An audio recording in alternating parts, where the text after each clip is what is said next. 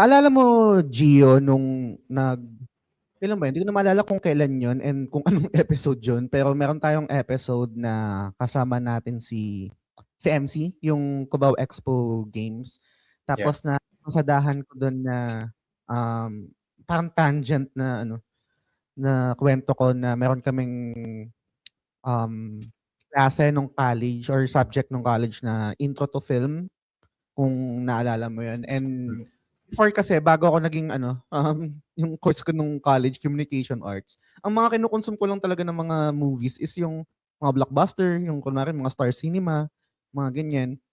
Tapos nung nakuha na yung subject namin, intro to film, doon ako parang mas lumawak yung view ko sa cinema, sa pelikula, na hindi lang pala natatapos sa Transformers, di lang natatapos sa mga pelikula ni Steven Spielberg, di lang natatapos sa Star Cinema. May mga pelikula na maganda pero hindi siya pangmalawak na audience, I would say, or parang hindi siya maka-capture or hindi kayang kumonek sa mas malawak na manonood.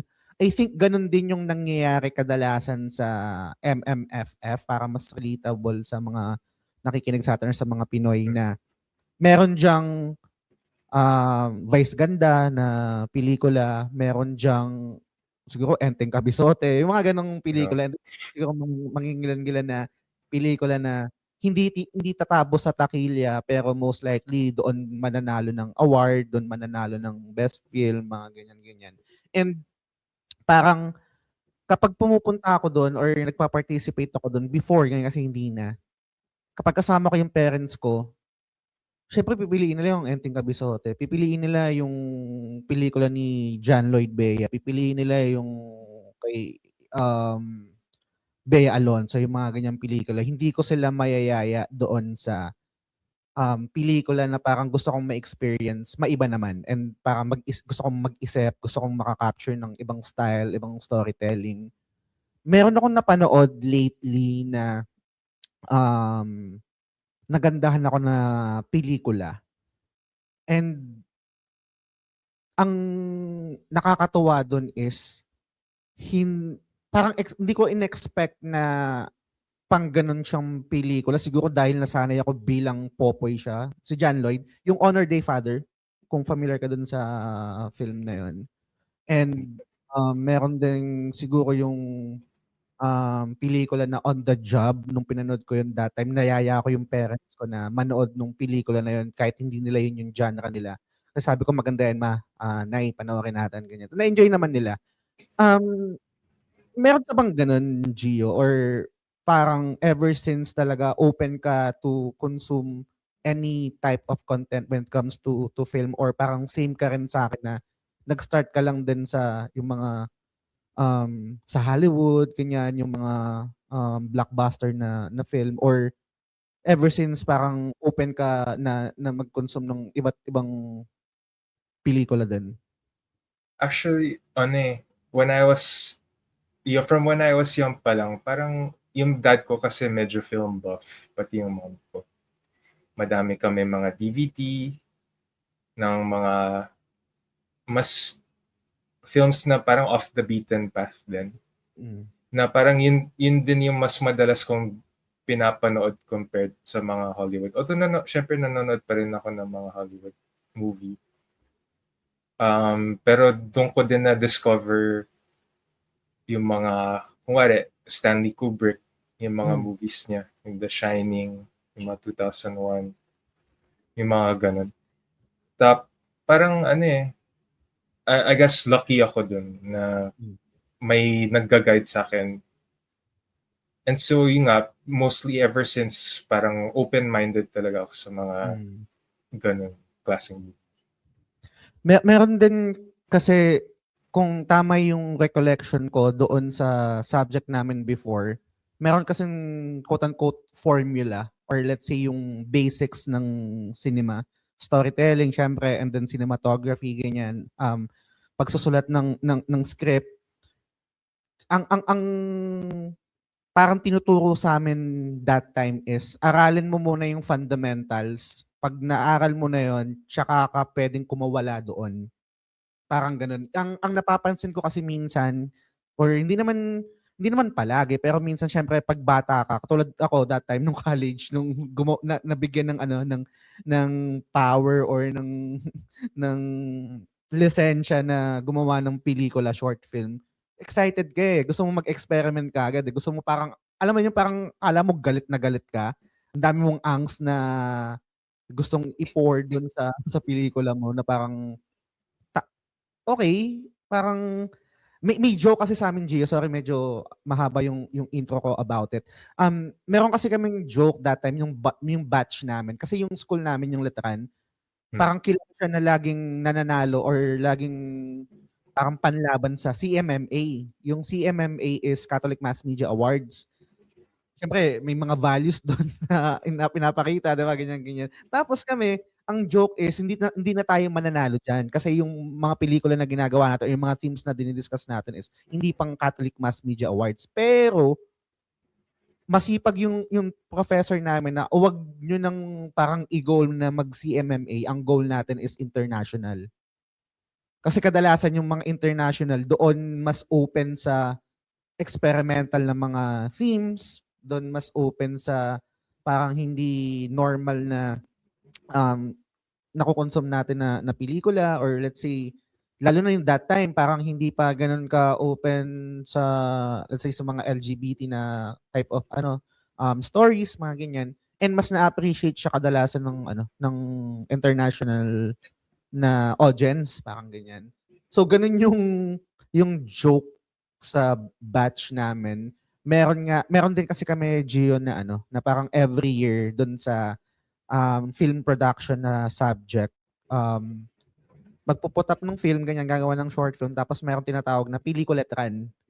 Yung Pelikuletran is yun yung parang yearly na i-showcase yung mga gawang pelikula ng mga estudyante. Literal na magbebenta kami ng tickets. Tas yun, manonood yung mga audience, ganyan. Hindi namin yung batch, yung nangyari 'to, yung sumunod sa'min na batch, dahil sobrang grabe yung mga pelikulang ginawa nila, considering na Catholic school yung Letran, pinull out yung mga pelikula. Oh, Ang ginawa, I'm not sure kung familiar ka dito kasi super old school na 'to, 2009 pa yata 'to. Sa Cubao Expo, meron dun tinatawag na Mogwai. Yung Mogwai is parang bar tapos meron siyang film showing sa second floor. Ang ginawa ng batch na yun, kasi meron dun pelikula na ano, nag-extra ako. Doon na lang doon na lang pinalabas yung ano, doon na lang nag-film showing yung mga estudyante. Tapos ang nakalagay sa poster nila, iputok mo sa labas.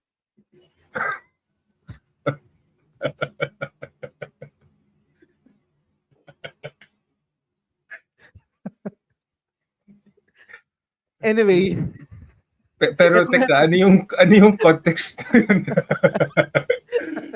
hindi kasi ano, parang ewan ko dun sa mga yun. Kasi yun nga, parang hindi pwedeng mag-film showing sa loob ng school. Sa labas na lang mag-film showing. Parang winord play lang na gano'n. So, Extra ka dun? meron pelikula. I-send ko sa yung link ng ano, Sige. ng pelikula na yan. Ang title ng pelikula is Taguan. Shoutout sa iyo, Makoy. Tropa ko nung college, si Makoy.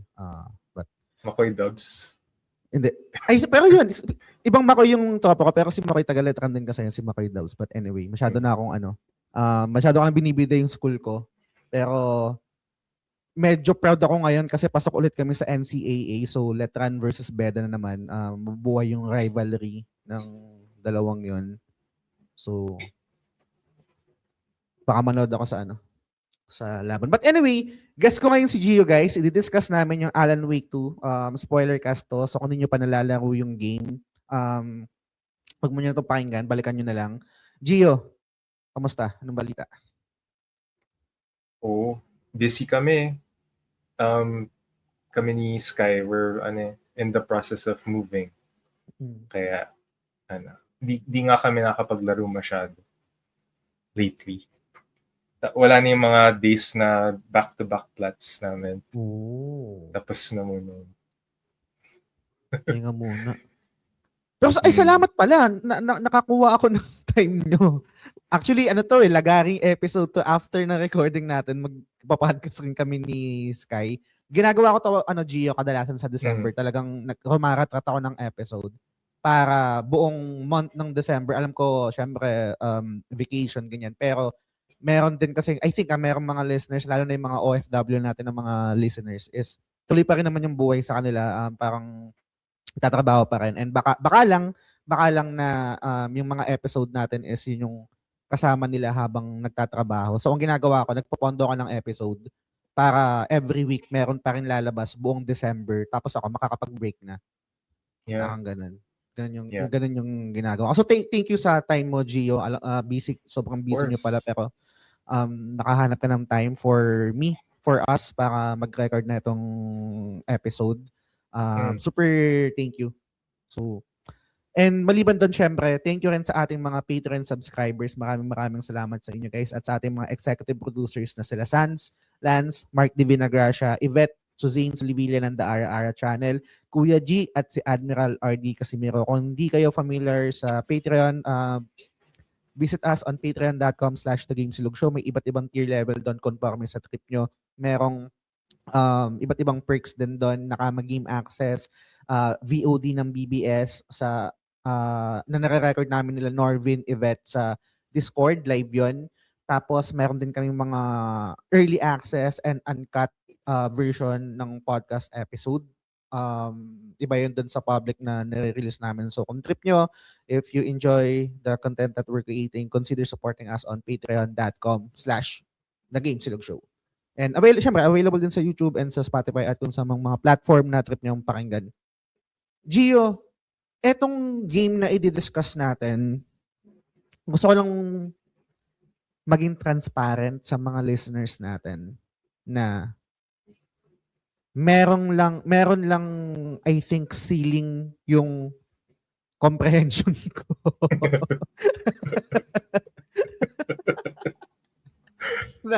na marami akong kinukonsume na content, let's say pelikula, movies, ganyan, series, TV series, at kung ano-ano pa. And I would say na yung iba doon nakaka-capture ko naman and meron akong insights about it. And sa kabilang banda, meron din naman mga pelikula, games, or kung ano man na nakukonsume ko pero surface level lang yung naiintindihan ko. So, kailangan ko yung tulong mo for this episode kung meron man akong mga tanong and may mga hindi ako naintindihan. Pero bago tayo mag-deep dive, para sa mga napadpad dito na listeners and gusto lang ma-hype or gusto lang malaman yung pinakabuod nung Alan Wake 2, bigyan mo ako ng ng high-level thoughts mo about Alan Wake 2 without spoilers. Ano ba yung thoughts mo about it? Ang ganda niya, pre. Ang ganda ng game.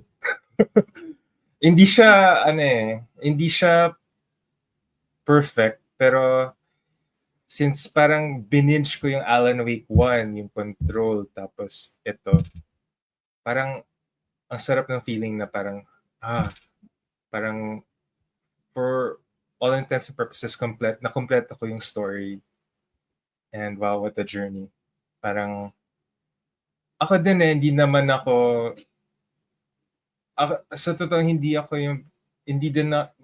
feeling ko din na parang it's a bit above my understanding konti.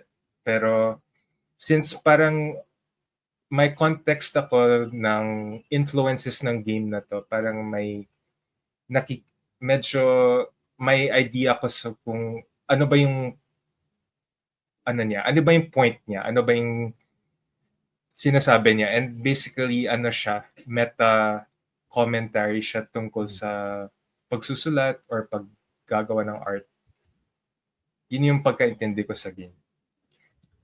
Ang galing nung sinabi mo, Gio. Hindi ko ina-expect na ganun, pero gagamitin ko siyang jump off. Yun yung reason kung bakit yung intro ko is about film and creating, let's say, ano ba yung tamang word doon? Kasi ayokong gumamit ng mali. Hindi naman unusual. Siguro unconventional or let's say experimental.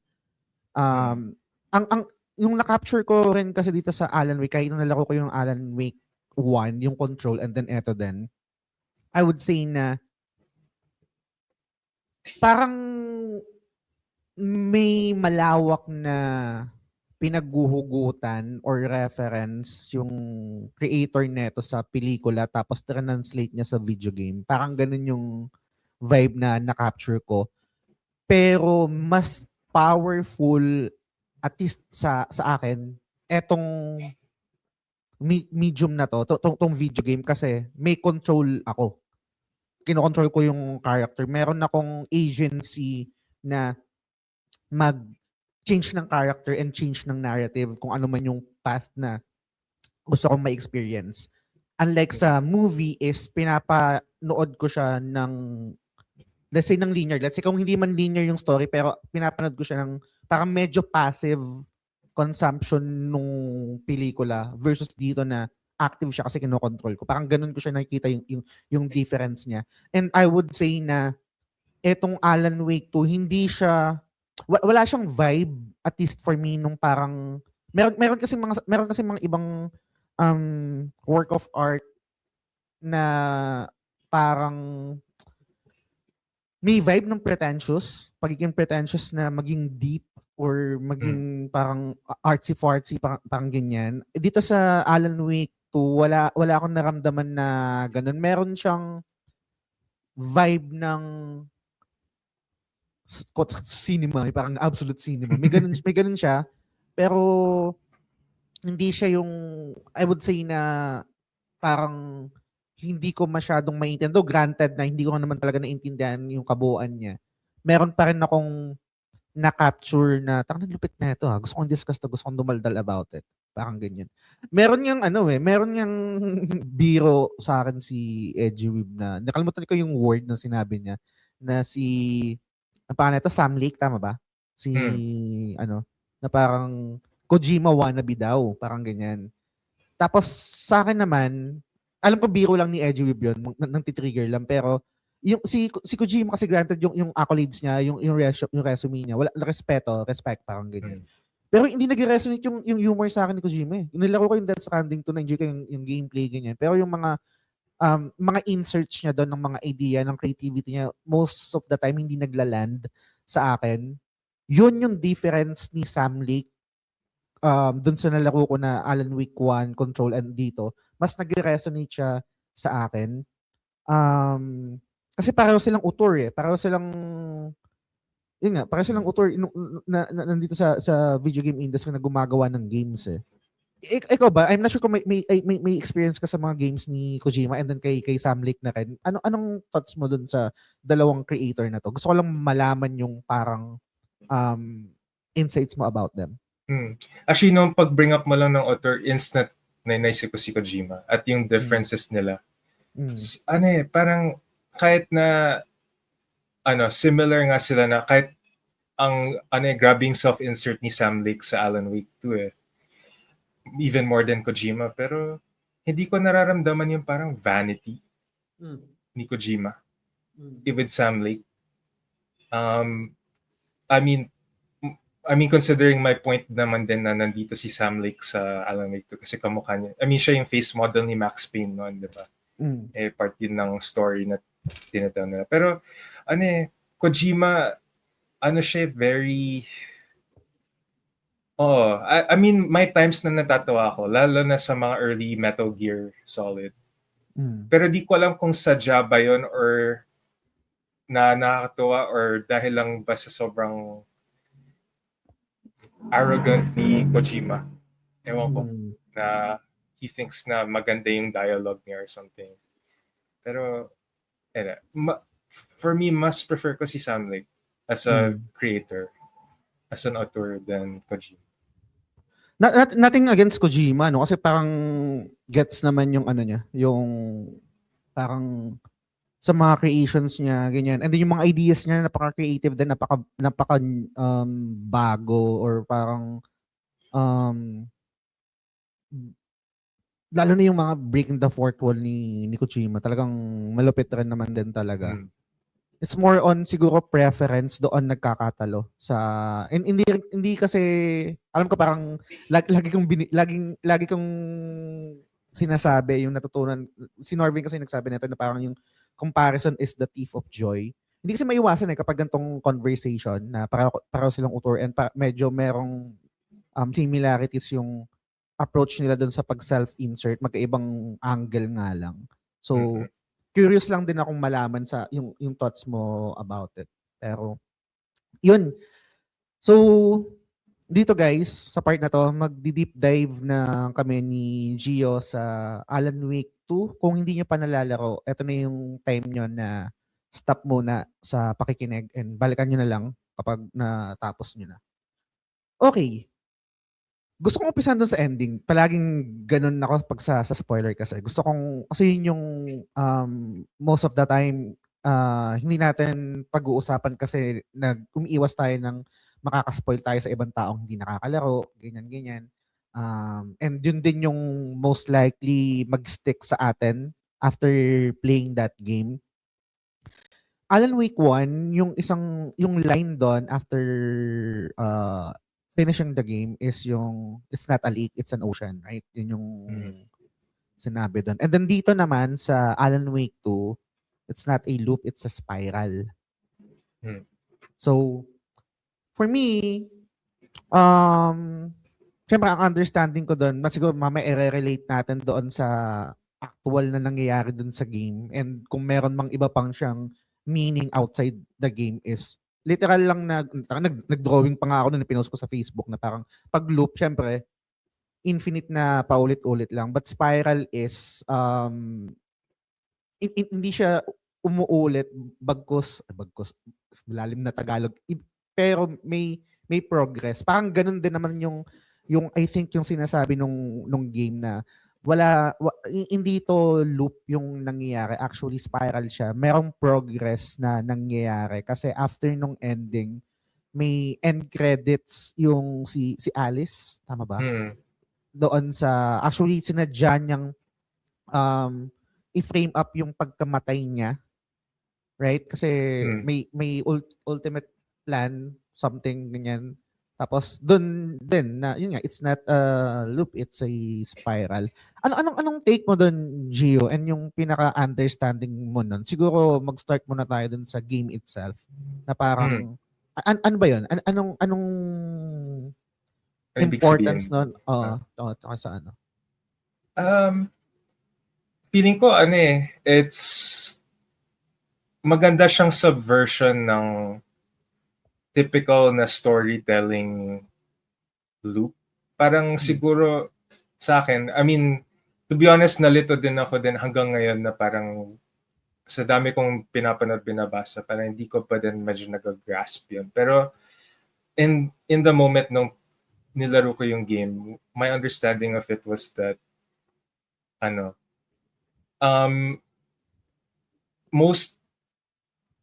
most media parang or na nagtatakol sa ganitong story, puro loop na lang yung nangyayari.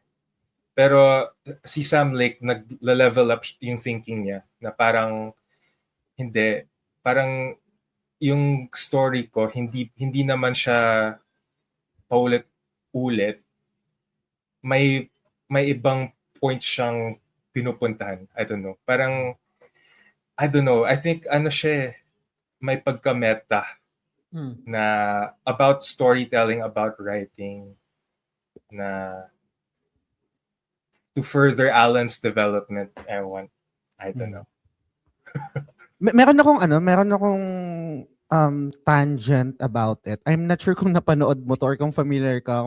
Hindi ko kasi alam kung nanonood ka ng anime. May anime kasi na ang tawag dito, Melancholy of Haruhi Suzumiya.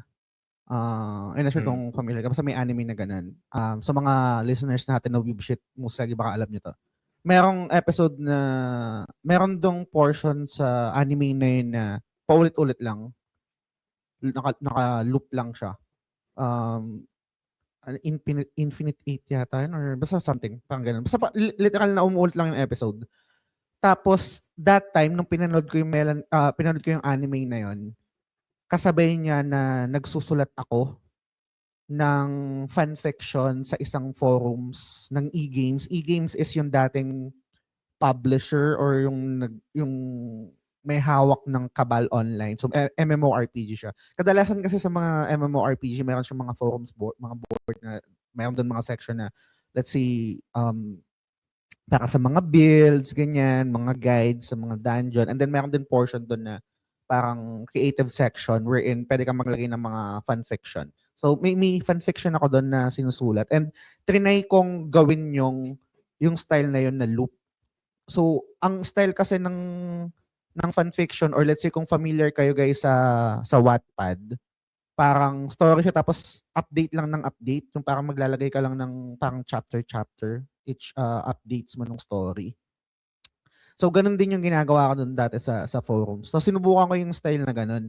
Maglalagay ako ng update, halos same ng chapter. Kunwari nag-post ako ng chapter 3, tapos nag-post ako ng chapter 4. Same din siya, pero meron akong konting binabago. Kunwari parang kung sa chapter 3 is pumunta ako sa 7-Eleven, sa chapter 4 pumunta naman ako ng Dali, pero same ng action, may pinuntahan akong convenience store. So parang it's up for the readers to determine na okay, same lang siya, pero ano yung mga bago dito? Ano yung parang konting changes na nangyari dito? Pero yung buong structure niya is pareho lang, umulit lang. Parang ganun. Interesting, Same din. Ay, sige, sorry. Sorry, ano yung ultimate na ibig sabihin nun sa story? Actually, wala. Ano lang, parang ginawa ko lang siyang challenge. Kasi pag may nakokonsume tayo na content, interesting to Paano to magta-translate in writing? Parang ganun. Gusto ko lang siyang matry. Kasi that time din, nung sa intro to film namin, meron pinanood yung professor namin na pelikula. Ang title is Run Lola Run. So yung Run Lola Run is paulit-ulit lang din siya, loop lang din siya, tapos parang magigising siya, tatakbo siya, tapos each gising niya, parang siyang parang siyang tawag dito, ano ba yung genre na gano'n, yung paulit-ulit, yung parang, ano to? Parang kung Hades, yung each run mo, halos same lang din, pero may konting pagbabago dun sa bawat runs mo. Roguelike movie. Roguelike, parang ganyan. So, naalala ko lang yung part na yun. And yung sinabi mo na may improvement sa hindi ko kasi hindi ko nalaro yung Gio, yung New Game Plus niya. Naalaro mo ba yung New Game Plus na itong The final draft? Yung final draft? Napanood ko lang yung last scene nun. Pinanood ko lang. Kasi kung tama yung understanding ko, yung pag natapos nyo game guys, natapos nyo guys yung game, pag nag-New Game Plus kayo, may pagbabago, tapos parang mas maiintindihan nyo yung buong story, and then iba yung yung sabi mo, parang may ibang theme yata na dinagdag. Yeah. Actually, parang nga siya yung story na ginawa mo na parang slight differences in dialogue na parang aware sila na pangalawang loop na to ng story.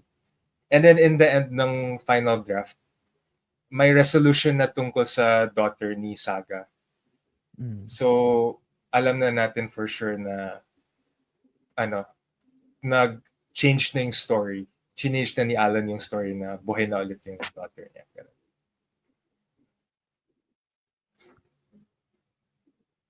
Teka lang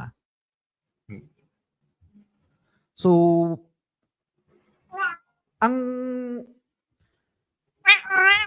sorry. Hello. Dalawa yung kasi dito guys, yung para dun sa kung hindi kayo familiar sa story ng Alan Wake 2, isa sa pinaka na-enjoy ko na style ng narrative is dalawa kasi yung characters, pero hindi siya katulad ng usual na, let's say, yung sa Resident Evil, kung nalaro nyo yun guys, kunwari yung Resident Evil 2, merong scenario first, merong scenario second. Kunwari lalaroin nyo muna si Leon, and then after finishing Leon, lalaroin mo naman si Claire. Tapos may konting differences doon, iba yung weapons, and then iba yung mga placement ng mga barrel, iba rin yung mga puzzles, ganyan. Dito sa Alan Wake 2, may ganun din. Iba yung gameplay ni Saga, iba yung gameplay ni Alan. And then may nangyayari sa kanilang dalawa. ano ba yung nangyayari dito, Gio? Ano ba yung mas unang okay, let me back up. Hindi ko alam kung ma-explain ko 'to ng maayos. Feel free to cut me off. So, si Alan Wake kasi is stuck siya doon sa dark place, right? Andun siya. And then nagsulat siya para makatakas doon sa dark place na yon, naglagay siya ng character or kailangan ng hero which is si Saga yon. Tama ba? And then Tama. pero ang unang kinokontrol natin dito si Saga. So parang may chapter lang doon wherein kung kailan tayo pwedeng mag-change ng perspective or ng player para ma-experience kung ano yung nangyayari sa end naman ni Alan. So sabay siyang nangyayari. Pero I would say na unang nangyayari is yun kay Alan. So pag nag-meet silang dalawa, delayed yung kay Saga. Unang nangyayari kay Alan. Tama ba? Oh, I think actually ano siya, parallel. But Parallel. ang Okay. nangyari sa end ng story ni Alan is he got sent back in time, kumbaga. Na-send siya, kaya siya nagising dun sa lake. Pero yung, di ba yung nag-concert sila, yung to summon Alan sana. Hindi siya na-summon sa time ng concert, na-summon siya sa time nung dumating si Saga dun sa Cauldron Lake. Oh. Yun yung time na niligtas. Yun yung nakita niya yung unang kita natin kay Alan, di ba? Yun yun. Yeah. Okay. So, that time, nung yung nangyayari kay Saga, nagpo-proceed yung story, pero si Alan nasa loop pa. Tama ba? Nasa loop pa. Yeah. Okay. And then, ang dagdag din dito is na medyo nakakalito that while I'm playing that game is may doppelganger si Alan Wake, which is si Mr. Scratch. Si Mr. Scratch is yung dark presence trying to write then the story. Yeah. Tapos yun yung gustong baguhin ni Alan. Tama ba? Anong thoughts mo doon? Nung while playing that game, ano yung thought process mo about it? Or parang naiintindihan mo ba na tangina ganito pala yung nangyayari dito? Wherein, okay, may story dito. Tapos, hindi pala si Alan yun. Kumbaga parang magkaiba yung direction na isusulat ng stories. Yung sinusulat ni Scratch nung Dark Presence is, let's say, eto. Tapos si Alan naman trying to change that story. Tapos sabay din na nangyayari yung story ni Saga wherein galing doon sa story na sinusulat nilang dalawa. O nasusulat nilang dalawa. Oo.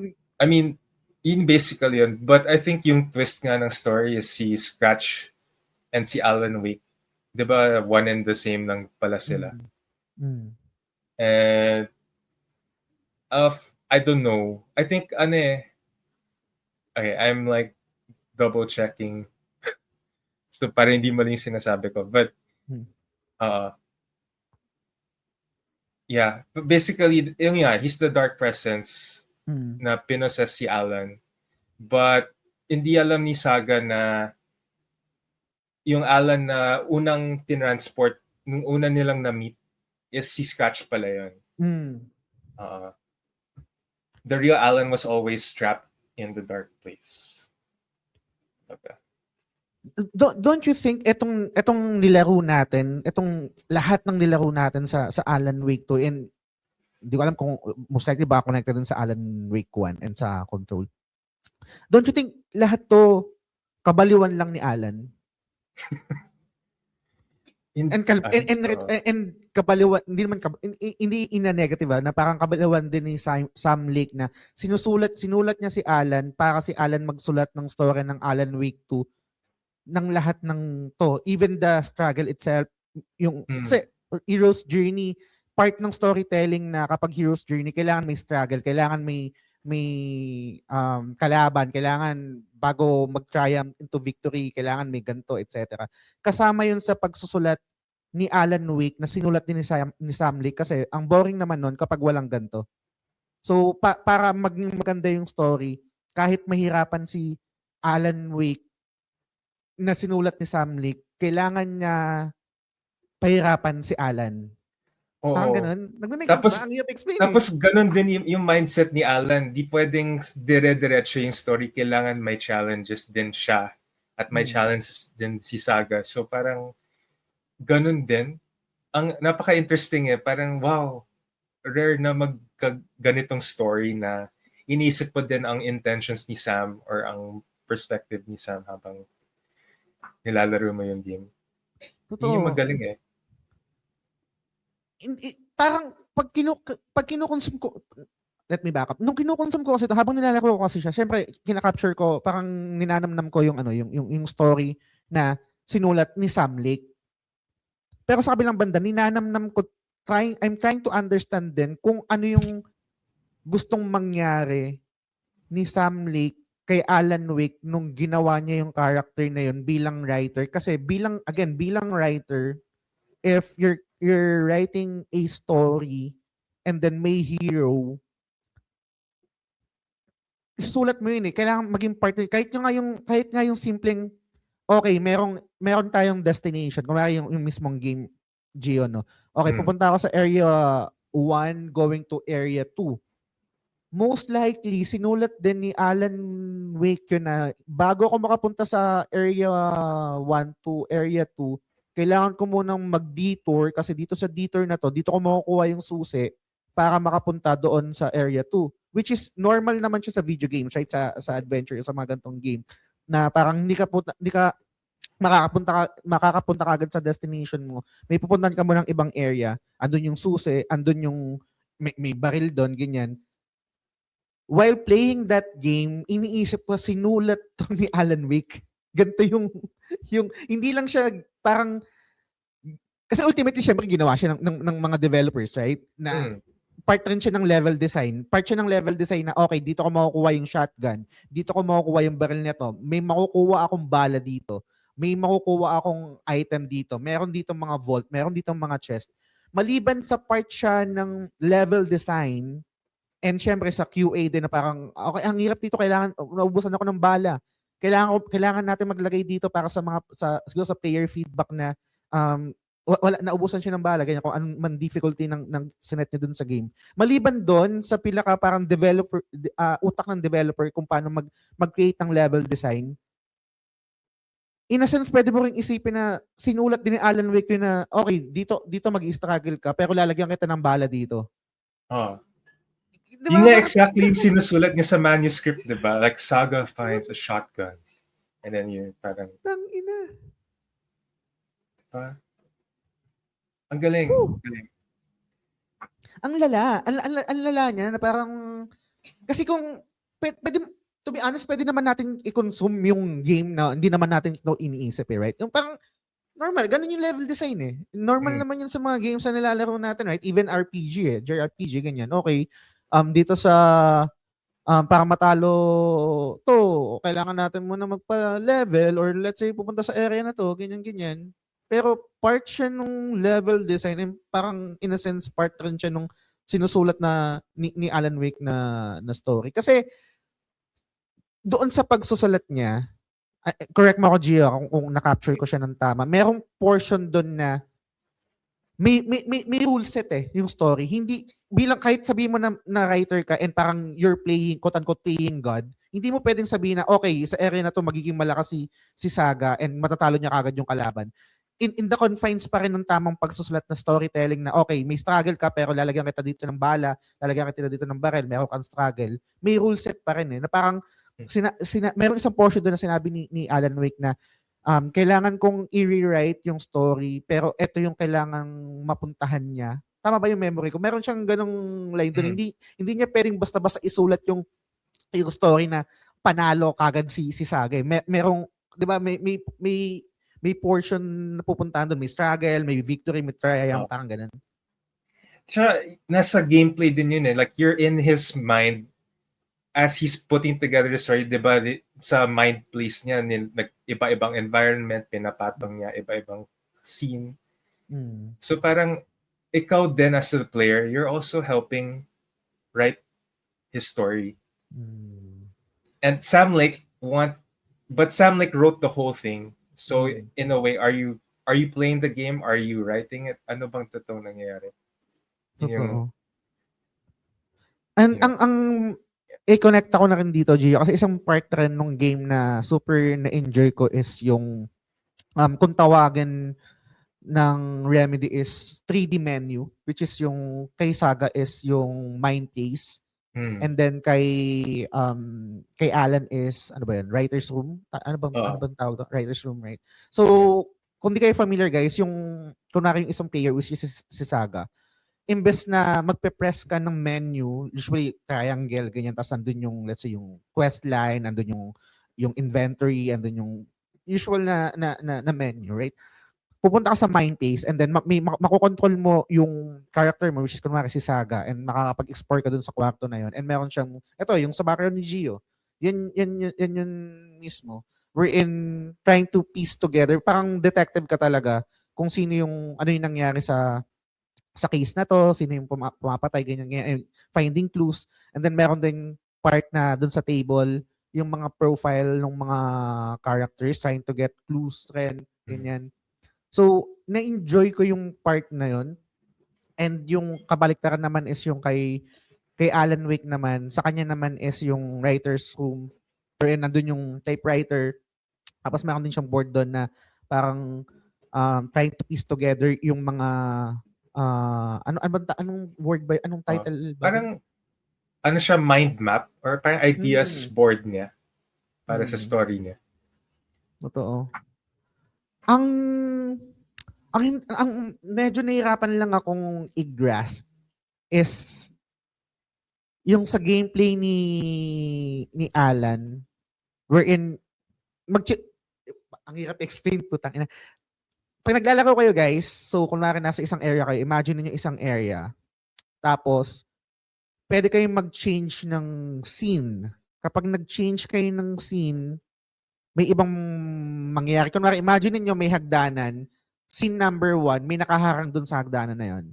Kapag change niyo yung scene, magiging scene number 2, mawawala yung nakaharang sa hagdanan and then makaka-progress kayo dun sa hagdanan na yan, parang ganyan. So, in theory, on paper, maganda siya. Pero pag nilalaro ko siya, medyo nahirapan ako kasi medyo may na-activate sa utak ko na, okay, kapag naka-scene number 1 ako dito, buong area ba may pagbabago? Tapos, nung umpisang na-experience ko yun, Gio, lagi kong ine-explore yung buong area na parang, okay, naka-scene 1 ako. Explore ko yung buong area. Tapos, hindi ako makapag-progress. Change ng scene, tapos explore ulit ng ibang area. Tapos, habang tumatagal sa paglalaro ko, parang nagsasayang ako ng oras. I think baka meron lang certain area na nagbabago pero as a whole wala. As a whole, wala. As a whole wala, di ba? Ako din medyo nag-explore muna ako sa hotel. Parang ilang beses ko inikot yun. Pero then I realized, teka, yung nasa picture lang ata yung nagbabago. Yung nasa picture ng scene. Pero gamer brain tayo eh. So, kailangan natin parang pag nag-change ako ng scene, parang may ina-activate sa utak ko na kailangan suyurin ko ulit yung buong area kung meron akong makikita. Kasi iniisip ko nga rin kung, hindi ko na ma-recall kung ginawa to sa game na parang kunwari nag-change ako ng scene. Okay, merong ibang item dito na, hindi, meron pala. Yung dun sa entrance ng hotel ba yun? Yung parang makuha mo yung shotgun ba yun? Or isang type ng shotgun. Kailangan mag-change ka ng scene. Tapos makikita mo siyang nakasabit dun sa pader. Yung mga ganong type. So, nung una, I wouldn't say na pangit siya na gameplay design or style doon sa party na yon. Pero, nagkaroon ng challenge for me. Kasi nga, parang feeling ko nagsasayang ako ng oras na may na-activate sa utak ko na kailangan kong explore yung yung bawat sulok ng area kapag nag-change ng scene. Anong mas na-enjoy mo na gameplay, Gio? Yung gameplay ni Alan or gameplay ni Saga? Considering na magkaiba sila.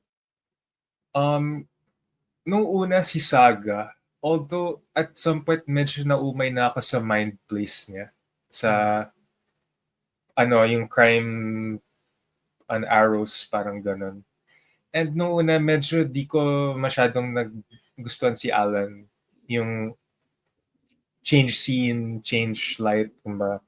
Mm. Pero after a while, parang I was like, mas nilook forward ko na siya. So, in the end, si Alan yung mas prefer ko.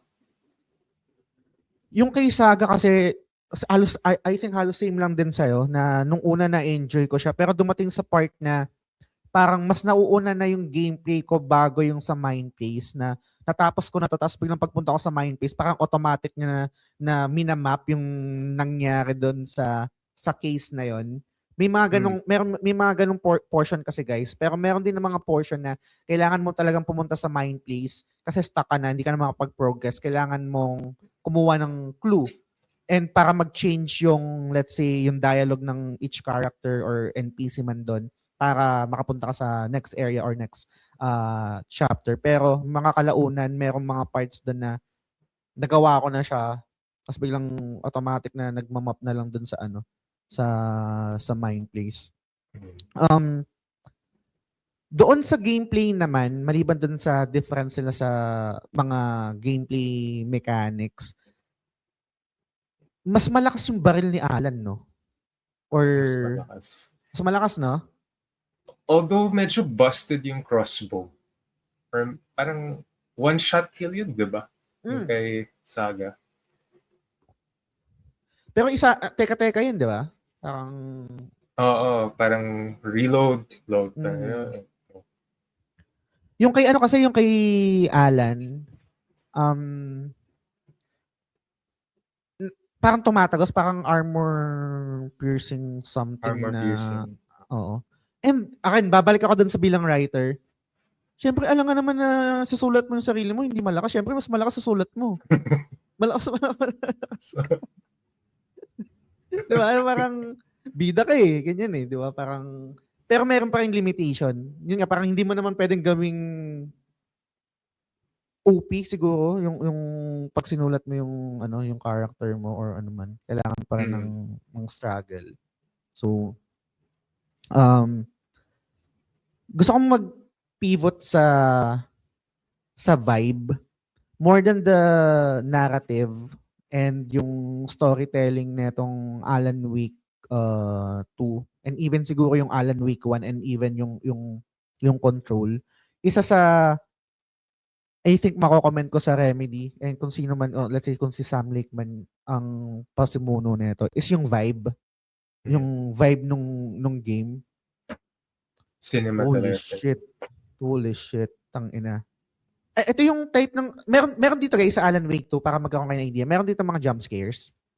May mga jump scares dito. Magugulat ka na biglang parang yung mga flash na gaganon sa screen mo. Pero ang nakakatakot dito yung vibe eh. Yung atmosphere. Yun yung hindi ako ganun matatakotin pero may portion dito sa game na tinaasan ko na yung brightness. Dilim na. Saan? Natatakot. Kasi tama ba yung ano ko? Tama ba yung understanding ko? Nangyayari siya ng isang araw tapos habang lumalalim din yung gabi so dumidilim. Tama ba? Oo. Wait, saan to? Kay Saga, dun sa kay Saga. kay Saga na area.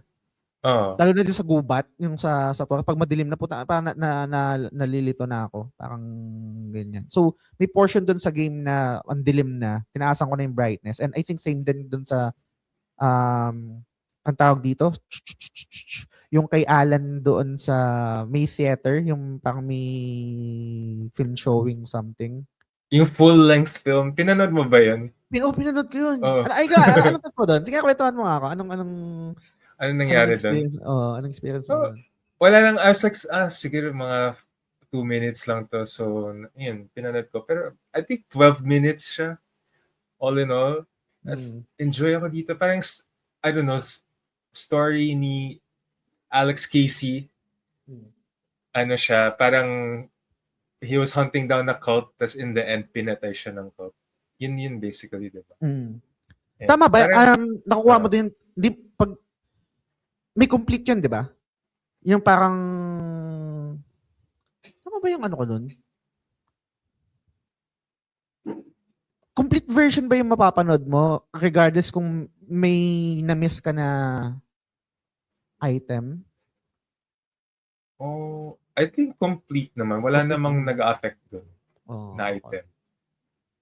Okay. Bakit? Incomplete ba yung experience mo yun? Hindi, I think complete naman siya. Iniisip ko lang na kasi yung sa gameplay kasi guys ni ni Alan Wake, si Alex Casey, si Sam Lake, kamukha ni Sam Lake, yung Hmm. So, meron siyang hinahunt din na cult, and then nagbabago-bago din yun, 'di ba? Yung bawat scene doon. Meron doon portion na yung may tatalon. Naalala mo yun doon sa parang susundan mo siya. Yung merong ang hirap explain eh. Basta merong pag change mo yung scene, merong lalabas na police. Tapos pag may change mo yung scene, pupuntahan mo kung saan siya tumalon para ma-figure out kung anong Oo. nangyari. Yeah. Diba? Yeah. Yung mga part na ganun, medyo may confusing sa akin to get the full picture. Pero ano bang nangyayari kay Alex Casey talaga? Kasi 'di ba doon andun din siya sa story ni Saga. And si yung character na yon is part rin ng sinulat ni Alan Wake na story na sikat. Tapos biglang natigil dahil pinatay niya yung character na yon. Tama ba? Oo. Ano siya, madaming layers siya. May madaming levels eh. Parang yung una part, parang oo nga, character si Alex Casey sa book ni Alan. So, ayun, yun yung parang visions na nakikita mo sa Dark Place. Kasi yun yung sinulat niya. But ginagamit ni Alan yun para ma-further naman yung sariling story niya. Yung story ni Alan, ginagamit niya yung story ni Alex Casey para makahanap siya ng way out of the dark place. Tapos, si Alex Casey nandun naman sa world ni Saga.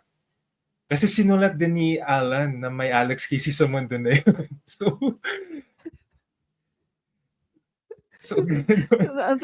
ang sakit niya sa ulo. Tapos nagko-comment ang nakakatawa pa doon, nagko-comment yung Alex Casey na kasama ni Saga doon sa timeline na yun, o doon sa part na yon na naiinis siya kasi kapangalan niya yung character doon sa libro na sinulat ni Alan Wake. May ganun pa. So ang lala nung game sa part na yon. Pero again, di kita natanong, Gio. Balik ako doon sa vibe. Kwentuhan mo anong experience mo sa vibe, overall vibe netong game? Amazed. Actually, yung pinaka-favorite kong trick ng Remedy ever since Control is yung parang superimposed, parang may totoong may movie na nangyari na parang lightly imposed sa gameplay. And parang kuwari may yung mukha ni Alan nandun, pero naka-fade in habang naglalaro ka ng game. And they do so much cool stuff with it. And na-realize ko lang later on na, teka, I think I know where they got this. Kasi fan ako ni David Lynch. Oh. Kilala mo yun? Yung director na yun. Twin Peaks. And sa Twin Peaks Season 3, which I think halos parang super homage ng Alan Wake 2 sa Twin Peaks Season 3. And ganun din yung style ni Lynch. May times na ginagamit niya yung exact camera trick or visual effect. And wala lang, parang like, wow, I'm playing a Twin Peaks video game.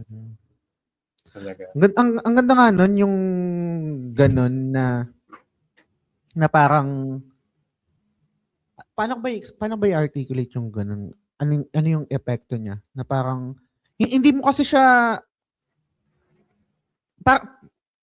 nahihirapan ako. Imagine niyo kung nagpo-Photoshop kayo, merong image, tapos meron pang nakapatong na image pero binabaan yung opacity. Parang hindi mo kagad siya i-imagine ano yung nakapatong doon, pero alam mo sa sarili mo na merong something na image pa doon sa screen mo. Ang galing. meron akong, bago ko makalimutan, iba't ako na, sorry, tumatalon ako. Mm. Laging merong framing kay Saga. Di ko alam kung meron siyang ibang relevance or ibang meaning. Lagi siyang naka-frame na sumasakto dun sa sungay nung nung parang usa. Ng Tapos, deer. anong deer. Oo. Tapos parang lagi siya may comment doon pag inahawakan niya yung deer. Meron bang deeper, ba yun, or storytelling dun sa part na yun?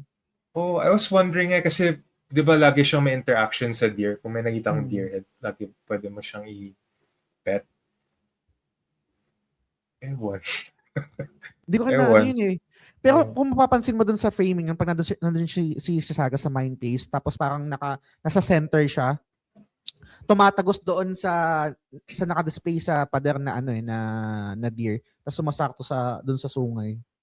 Hindi ko alam kung ano lang yun. Parang yung ibang parts sa game na to, parang sinasabi ko na sa sarili ko, ay hindi pa kompleto technically yung story. Parang tinitis pa nila na magka-Alan Wake 3. Yun na lang inisip ko na hindi pa fully explained. Pero mukhang ang mangyayari muna Control 2, no? Oo. Kung Day 1 ako dyan. Yes, sir. Andito, pumunta rin dito eh. Yung pagpunta ba ng ano ba tawag doon sa grupo nila? Yung FBC? Tama ba? Anong name doon? Federal Bureau of Control? Yung doon sa story ni Saga, yung may babae na di ba parang nabalitaan namin na meron ditong ganyan. Si Ramirez, yung agent. Yung agent. Pumunta siya ng Pilipinas? Hindi, sorry. Nung sa game, sa ni Saga. Sorry. Pumunta siya dun sa, dinito ko talaga.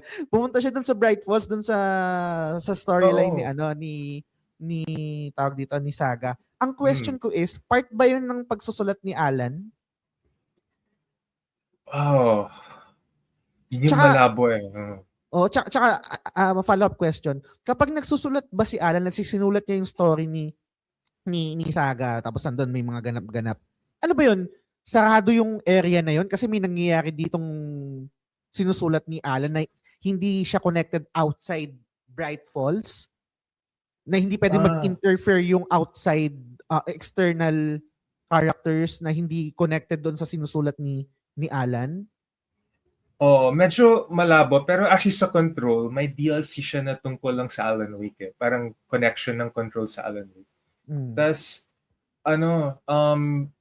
parang medyo in-explore yung concept na yun na gaano ba kalawak yung effect ng AWE, ng Dark Place. And the FBC thinks na hanggang dun lang sa Bright Falls nga, sa may barrier.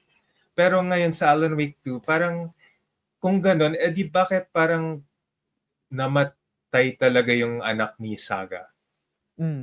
Wala naman siya sa Bright Falls. Or nasa ulo lang ba nila yun? Totoo lang siya sa loob ng Bright Falls, pero paglabas mo ng Bright Falls, hindi na siya totoo. Possible na, I think possible yun yung ganun, yung sinasabi mo na nasa utak lang nila or parang may nangyayari doon sa, let's say, within that area. I think kayang magets yun ng utak ko. Ang hindi ko magets is what if nangyayari yun, syempre sinusulat ni Alan, real time na nangyayari.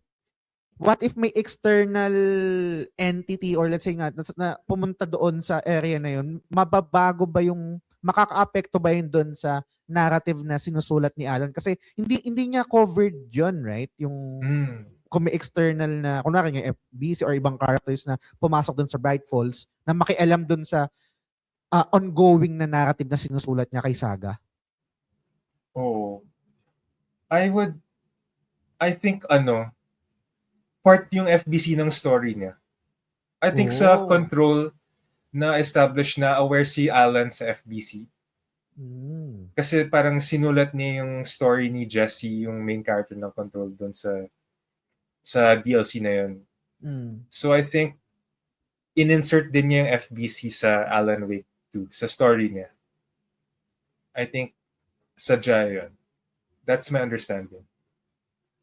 Pero tsaka, kapag sinusulat ba ni Alan yung mga characters na yon na maging part nung story niya, nawawalan ba sila ng agency doon sa sarili nila? Kasi ito yung sinulat ni Alan na mangyari. Kasi kasi babalik ako doon sa kaninang discussion namin, guys. Sorry. Medyo parang paganong-ganong kami yung conversation, no? That's my fault. Pero ang hirap kasing explain. So kunwari, kapag nilalaro ko yung game, kunwari pumunta ako sa from area 1 going to area B, kahit ako yung may control nun, meron akong character agency, player agency na pumunta muna mag-detour muna. Sinulat din ni Alan Wake yun, di ba? Na pumunta ako doon. Kahit I mean, kasama yun dun sa pagsusulat niya. Kahit ako naman talaga yung nag-control papunta dun sa lugar na yun. Kasi sinulat niya na pag pumunta ako doon as a player, may makukuha akong item. Andun yung so, kahit ako yung nagko-control, in a sense, kapag iisipin ko, wala talaga akong agency doon kasi kasama yun dun sa sinulat niya na story or game. Anong thoughts mo? Medyo nagugulan ako eh. Actually, yun din understanding ko. Pero si Saga naman, alam ko may part sa game na parang in-establish na siya lang ang may agency sa buong story. Siya lang may capacity na mag-change. Dahil sa kanyang powers. Parang may... okay. So, it's true na na-influence siya. So, sinulat siya ni Alan na may grenade dito. Sige, so may grenade din siya. Pero, may self-awareness din siya na kaya niya i-overcome yung story ni Alan at magkaroon ng sariling thoughts. Yun yung may portion doon, guys, na may reveal na hindi kasi in-explain kay Saga ng parents niya or ng nanay niya na meron silang ganong abilities, right? Parang doon din papasok yung si ano pangalan nito? Shit, yung may banda na nasa ano? Si Mr. Door? Hindi, yung Old Gods. Old God of the Asgard. Parang ano niya ba yung tatay niya, lolo or Tito. Yung isa tatay. Hindi, grandpa yung isa, tapos yung isa tito. So, yun yung meron ako naalala kang Gio dun sa kasi meron kaming Discord thread discussion about Alan Wake to habang nilalaro ko yung part na yun. Ba't ganito parang ginagaslight ako ng game? Ano ba talaga yung nangyayari? Ano ba yung facts sa hindi? Kasi at least sa akin, sa experience ko, doon sa narrative ni Saga, ganun yung effect sa akin. Nung hindi pa nire-reveal yung abilities nga nila at kung ano yung totoong nangyayari. Ikaw ba doon sa narrative style wherein may naramdaman ka ba ganun na parang ginagaslight ka nung story or nung pagsusulat? Deliberately akong mini-mislead. Ganun. So, di ko na alam kung ano yung totoo. Pero, along for the ride na lang ako kung saan mapupunta. Pero, actually, gusto ko yun. Yung parang kino-confuse ako. Parang gusto ko yung feeling na yun.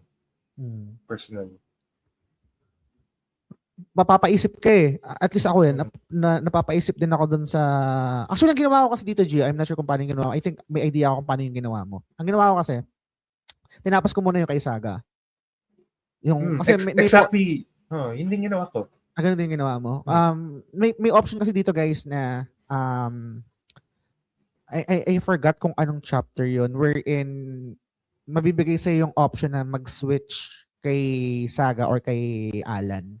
Pero ang ginawa ko, tinapos ko muna yung part ni Saga kasi pag pumunta ka sa part na yon, mapa-force ka na mag-Alan Wake naman. Yun naman yung gagawin mo.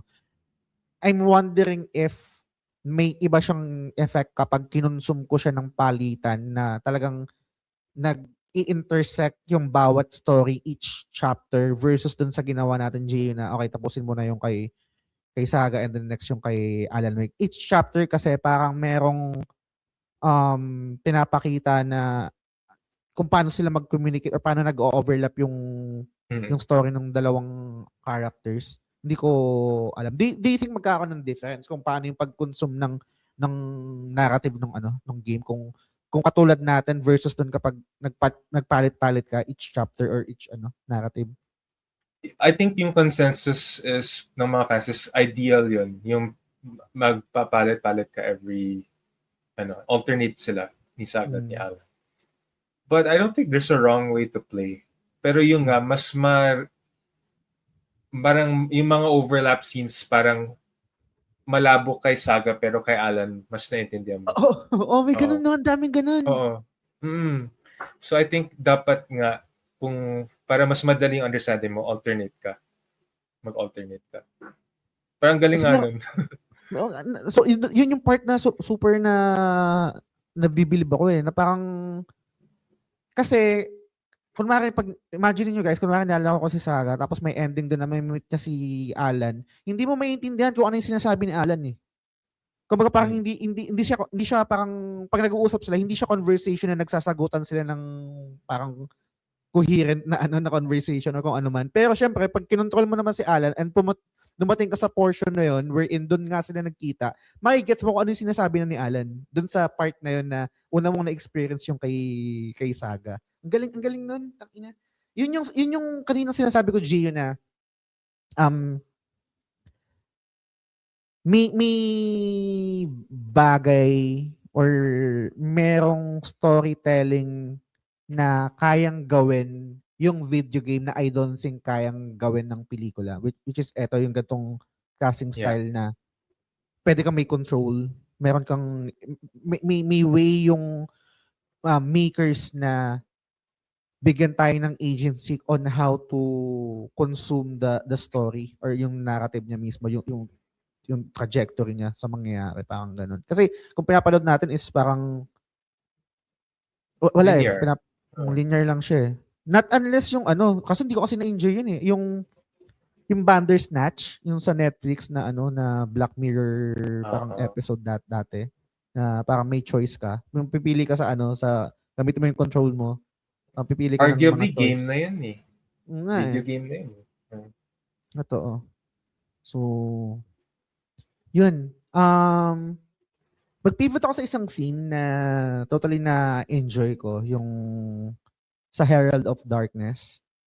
Kasi nung napanood ko na to pero walang epekto sa akin. Na-enjoy ako, na-entertain pero walang epekto sa akin kasi hindi ko pa nalalaro yung game. Pinerform kasi to sa The Game Awards nung 2023 ba? 23. 2023. Pero walang sa akin. Pero nung na-experience ko, holy shit, tangina, ano nangyayari dito? Pero ang saya. Tangina kasi yung okay, ikaw muna, Gia. Kwentuhan mo ako dito sa experience na ito. Siguro mag-start tayo dun sa part na may ang tawag dito? Anong tawag doon? May program, may TV, parang talk show or ganyan kay Mr. Dor, right? Kasi dun tatakbo yun. Kwentuhan mo ako dun sa part na yun, sa experience mo. I mean, I'm like you kasi di ba this year ko lang din nalaro. So parang aware na ako doon dahil sa Game Awards. Iba yung feeling kasi after na-experience mo na yung part ng game tapos ang serious ng game for most of it. Tapos biglang biglang ganyan.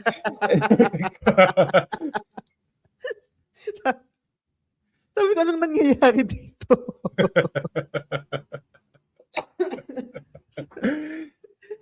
Pero nag-work siya sa akin Kung parang hindi ko na alam kung anong nangyayari pero let's go. Na-enjoy ko to.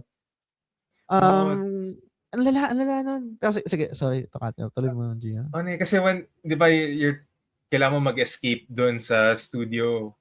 Pero ang surreal talaga ng feeling na they're looking at you, tas sumasayaw sila, tas parang they're pointing at, parang, I don't know.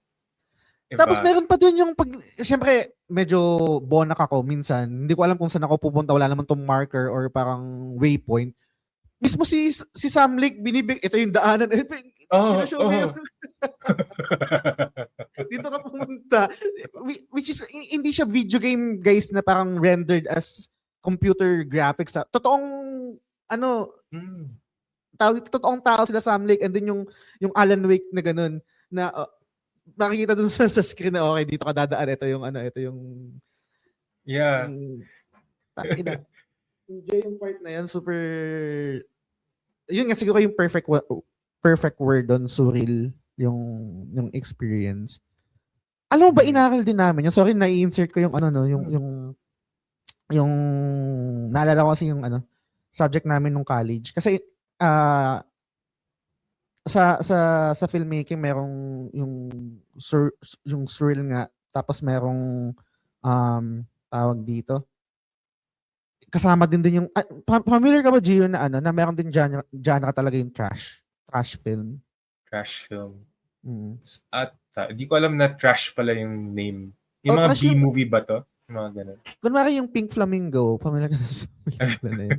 Human Centipede, yun ang tawag nung namin, trash film eh. Pero alam mo, parang shock factor yung mga ano, mga ganun ginagana. Pero ito nga yung dun sa part na to, hindi ko alam, pero siguro ito yung isang masasabi ko na flavor ni Sam Lake or ng Remedy, kasi meron din, kung tama yung memory ko, di ko alam kung same 1:1 sila, pero halos same vibe, at least for me. Sa Alan Wake 1, meron din ganito na magpuput up sila ng concert, tapos habang may concert, putang ina, nililusob kayo ng ano, ng mga kalaban, yung nandun ka sa stage, tapos bababaanin mo yung ano, parang dedepensahin nyo yung ano, yung stage.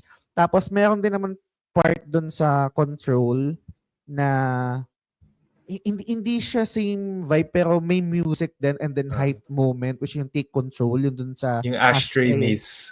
Ashtray Maze. Ang ganda rin ng ano dun, nung scene na yun. Tapos dito naman yun nga, Herald of Darkness.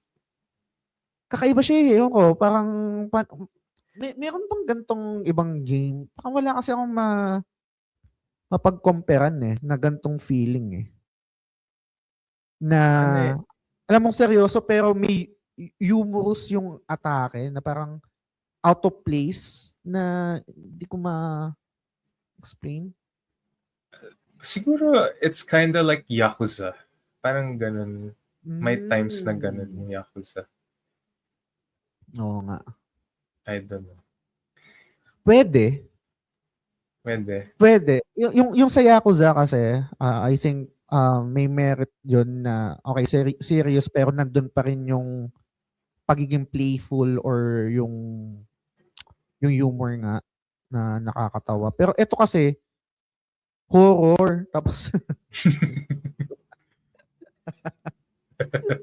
habang, imagine niyo guys, habang nasa isang area kayo, nasa studio kayo, may kinakalaban kayo, kailangan mong mag-escape doon sa studio.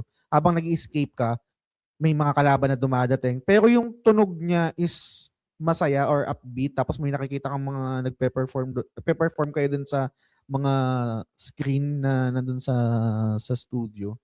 Hindi ko ma-explain eh. Sa totoo lang, parang at nung nangyayari yung scene na yun, hindi ako natatawa, only in retrospect, kasi parang I think ang goal niya is i-disorient ka. Part siya ng horror. Tinatakot ka ni Mr. Door, tinatakot ni Mr. Door si Alan, at ikaw, yung player. Totoo. Maganda yung word na yun. I think yun yung perfect word for it. Yung feeling na nadi-disorient ka. Mas nakakatakot yun eh.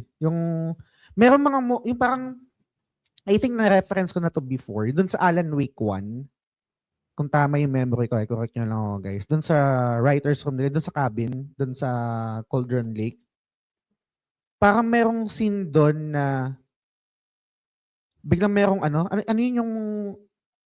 yung tawag doon, yung kabayo na nilalaro ng laruan ng bata, yung parang rocking horse na horse.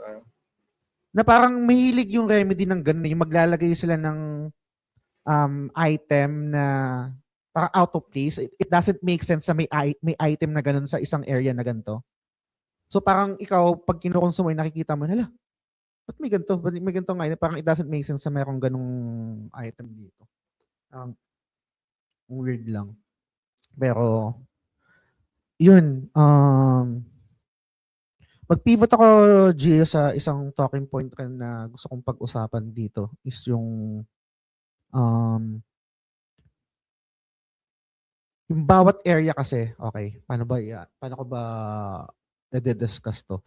Okay, doon kay Saga kasi is, Bright Falls, tapos may iba't ibang area din doon na napuntahan natin sa ibang chapter. And then yung kay, tawag dito, kay Alan is, ano ba yun? New York? New York yun, New no? York. Tama ba? New York. Oo. Mm. Tapos may iba't ibang area din doon na pwedeng pupuntahan. Kunwari yung sa hotel nila. Tapos meron doon yung sa theater ba yun? Yung merong film showing na hanapin mo pa, right? Mm. Ano yung mas na-appreciate mo or mas nag-work sa'yo na area? Hindi lang gameplay-wise, pero more on doon sa creativity na ginawa nung Remedy sa each area na yun. Meron din yung Subway, di ba? Yung parang Oo. kay Alan. Mas drab and parang oppressive talaga yung Dark Place. Pero ang galing ng design ng Dark Place na ayun parang yung sign na puro mga billboard ni Alex Casey, ni Mr. Door, na ano ang ang ano talaga parang it really wants to destroy Alan Wake, na ito world namin to, you're in our ano. At ang ganda ng contrast naman sa beauty ng Pacific Northwest ni Inkai Saga, diba? Parang wow, parang turista ako na yung sun parang ang ganda ng tama ng I don't know, parang it's very picturesque. And so they work well together for me, na parang siguro yun din yung point, yun din yung reason na ni-recommend na mag-alternate ka, para mako-contrast mo yung beauty ng real world pati nung sa Dark Place. I don't know. Ganda nun. Mas prefer ko na mas striking talaga yung Dark Place, di ko talaga makakalimutan. New York na yun. Ganda. Ako, magpigibak ka dun sa sinabi mo na yung difference ng dalawang area na yun. Tapos, dagdagan ko na sa akin, ang rehistro noon is totally different and parang maghihiwalay sila or malayo. Kasi parang isipin mo, okay, nandito sa iba yung area na to, tapos iba yung sa Dark Place, ganyan. Pero in reality or doon sa reality ng game na yun is pwede mo siyang itagos eh. Konektado sila. Yung parang pwede silang mag-interact doon sa dalawang area na yun. Pero pag tinignan mo siya as is at kunwari kung idodrawing mo, parang magkaibang area sila eh. Pero tumatawid. Gaya nga ng kaninang napasadahan mo na talking point na isang question din is, yung Dark Place ba, may ano siya, yung parang dark place ng Bright Falls, dark place ng New York, dark place ng ano, or isang dark place, kunwari isang mundo siya, tapos isang dark place wherein you can swim freely to go sa iba't ibang area. Ano ba yung concept ng dark place sa understanding mo? Na-explain siya sa Control. Nasa ano lang siya, nasa Cauldron Lake lang siya. Oh. May entity dun or may power dun nanggagaling yung Dark Place. Ibig sabihin, yung New York na nakikita natin sa Dark Place is parang gawa lang ni Alan din yun. Parang, or nasa utak niya lang yun. Okay. Na-explain ba kung ano yung meron sa Cauldron Lake na yun? Kung bakit andun yun?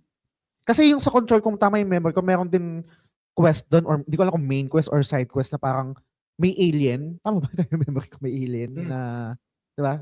Ano yung meron, ano yun doon? Parang supernatural lang na ganap or? Supernatural na hindi explained. I think sadya na hindi explained para mas, di ba, mas intimidating, mas mysterious. Parang nawawala kasi yung power niya kung explain ba kung ano ba talaga yun. Tama naman. So, we don't know kung alien ba or supernatural. Refresh mo nga ako, Gio. Ano nga yung tinatakil sa ano? Doon sa Control? Ano yung pinakakalaban doon? Alien. Yung Alien. The Hiss. The Hiss, okay. Pero yung FBC kasi, yung job nila, lahat ng mga paranormal, lahat ng mga alien, sila, sakop nila yun. Parang sila yung nagko-control nun, or parang nagko-contain para hindi sila mag-escape sa real world, or parang sila yung nag-deal with sa mga ganun. Okay. Pero etong balik ko lang doon sa Alan Wake 2. Yun talaga hindi talaga explain, unlike dito sa Control na okay, alien to. Hindi talaga Hindi talaga. Even kahit sa Control, they just say may unknown entity sa Cauldron Lake, may paranormal entity. Pero hanggang ngayon di nila alam kung ano yung source nun. Okay. Pero yung FBC, familiar din sila kay Alan, 'di ba? Mismo doon sa power niya. Okay. Connected ba to sa Quantum Break? Oo. Same universe ba to? Same Oo. din. Okay. Yun, kasi hindi ko nalaro. Yun yung nakakahon pa sa Xbox, di ba? Hindi, or Nasa PC pwede din. sa Steam. PC din. Okay. Oo. Alam ko sa PS wala pa siya, no? Hindi siya Wala available. Actually, doon nang galing si Mr. Door. Ayun, Pero, okay, go.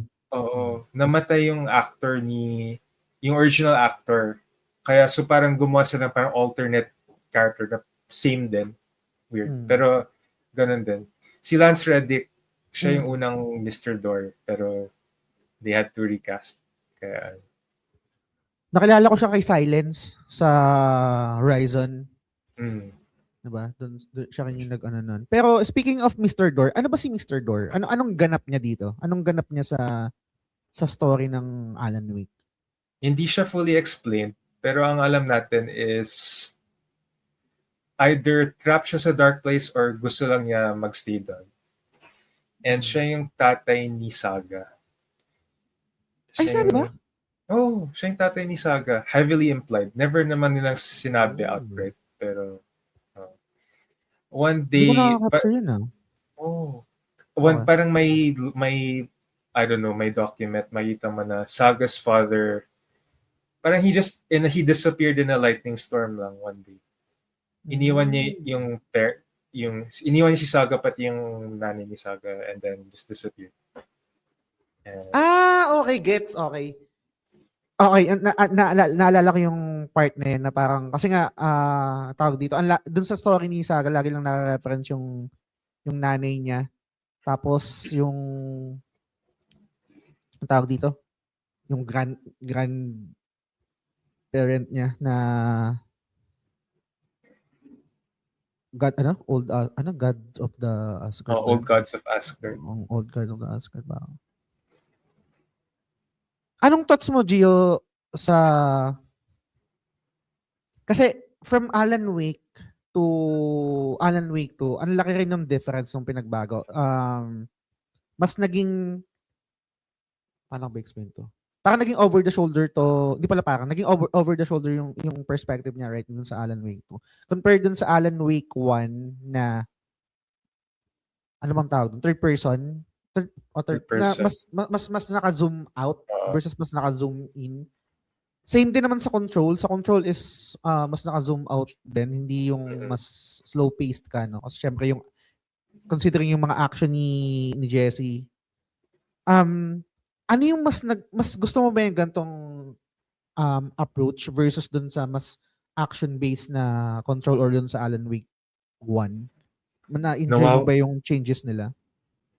Nawawala kasi yung horror effect ng horror kung medyo malayo yung view mo. Diba? Parang mas immersive kung it's like nasa likod mo lang si Alan. So di mo nakita yung nasa likod mo or yung nasa side. Mas effective sa scares. I think yun yung reason. And I guess ginagaya din nila yung RE4. I don't know. Pwede. Speaking of ganong changes, do you think mag-work yan sa Control or stick na lang yung Control sa mas action? Kasi madaming abilities yan, right? Yun nga, like you said, parang ang hirap ng gameplay kung di mo makita yung mga lumilipad, yung mga I think babalik sila sa view na yun for Control. Tsaka maganda na rin yun para merong distinction or parang okay, sa Alan Wake ganito. sa console ganito naman para hindi masyadong umay din. Actually, pag iniisip ko, pag ibang usapan na. Kasi iniisip ko yung sa God of War, parang nung una, okay, ang ganda nito, one cut nasa ano lang, parang ganyan. Pero pag tumatagal, parang nakakapagod na rin. Alam mo Parang ang bigat niya, ang bigat ni oh, Kratos. tsaka alam mo yung sa God of War, pet peeve ko yun, or parang iniisip ko lang na, ano yung point ng one cut? Alam mo ba? Sorry, Hmm. sorry Gio, ang dami kong reference, no. Inaral din namin sa pelikula 'yon, yung babad. Hmm. Usually kasi 'di ba, sa pelikula naglalagay, gumagamit ng cut or ng iba't ibang angle. Kadalasan is to syempre parang change ng perspective and syempre para hindi bumabad dahil sa attention span ng viewers. Pero meron technique na deliberately ginagawa yun, yung parang one shot iba yung one shot na Gio, yung one shot na parang gumagalaw, may movement. Meron din kasing framing na one shot tapos naka-steady lang. Ginagawa daw siya dati ng mga filmmakers to highlight or para ibida yung galing ng acting ng mga artista. Na parang, Hmm. okay, tinake lang namin to ng isang take, hindi kami nagkamali. And then, yun na. Hindi, wala rin din movement, walang ibang parang isang framing lang siya na Kung naalala Oo. ko lang yung part na yun. Pero balik doon sa sinasabi mo sa God of War, parang, nga, anong point nun? Kasi hindi naman one take nila nire-record yung mga lines na yun, di ba? So, ano yun? Yun yung feeling ko na, minsan feeling ko, pretentious naman nito. Ano, Oo. yun yung gripe ko sa God of War. Nung una na-enjoy ko siya, parang, wow, okay. Pero looking back, parang, unang-una, parang nabibigatan ako. Pero gets naman, siguro, kasi gano'n naman yung intention nila. Hindi siguro parang katulad nung sinaunang God of War, and then siguro parang hindi anong pangalan nito? Platinum Games na hack and slash. Pero habang tumatagal parang nakakaano na. Meron akong dalawang last talking point, Gio. Siguro tapos bato ko sa'yo, baka meron pa akong hindi na cover or meron kang gustong pag-usapan. Isang talking point na gusto kong pag-usapan natin is yung voice acting. Meron ka bang insight about it? Kasi I think nung tayo, nag-uusap tayo dun sa Discord, parang ikaw ba yung nagsabi na iba yung voice actor, tama ba? Oo. Okay. Iba nga yung Ni voice actor ni Alan. mm. Pati ni Alex Casey. I Alam think, mo ba kung yung reason kung bakit? Anong nangyari dun? Finnish kasi ata yung accent nilang ng totoong actor ni Sam Lake, pati ni yung actor ni Alan. And ayun, kasi nung sa first game, talagang lang face model lang dapat si Alan. Yung itsura niya. May face model siya, pero iba yung voice actor niya. But ever since na sa Alan Wake 2 na nagme-mixed media na sila ng may film parts tas may game parts, parang mas obvious na, or parang hindi na, it's harder to hide. Ayun. So medyo it does seem awkward, pero it adds to the strange vibe naman din. Oo nga. Diba? Totoo. Tsaka Yun may din. okay, Okay. may parts din pala na si Sam Lake, siya mismo yung nagsasalita, hindi si yung voice over. So, cool din. Gusto ko yung word na yun, yung strange. Kasi strange din talaga tong game. And yun yung, sino ba yung nagsabi sa akin nun? Baka si Norvin yun. Merong pelikula na, ano ba yun? Yung Hereditary ba yun or yung isa pa? Yung parang matatakot ka pero maliwanag. Midsommar. Midsommar. Hindi ko pa kasi napapanood yun. Tsaka yung isa yung Hereditary. Pero baka i-Discord watch party na lang namin. Tagal lang nakaplano. But bago ko iba to yung last, Gio, baka meron kang talking points na hindi ko na capture na gusto mong iba to. Yung music. Yung mga choice of music na dinala nila. Maganda lang kasi parang gusto ko yung binobookend nila yung bawat chapter ng story na may music. Parang ganda. Parang to set the vibe. Ganda. Bumababad ako doon. Talagang inaano ko. Yung nilet bawat, mo. bawat tapos. Meron din akong mood na pinapakinggan ko yung yung soundtrack ng album ay yung mismo OST ng yung mga ginamit na song doon sa ito rin yung nakakatuwa sa tawag dito sa Alan Wake, no? Yung gumagamit sila ng mga songs na I would say siguro hindi ko ma-discover kung hindi ko nalaro yung game.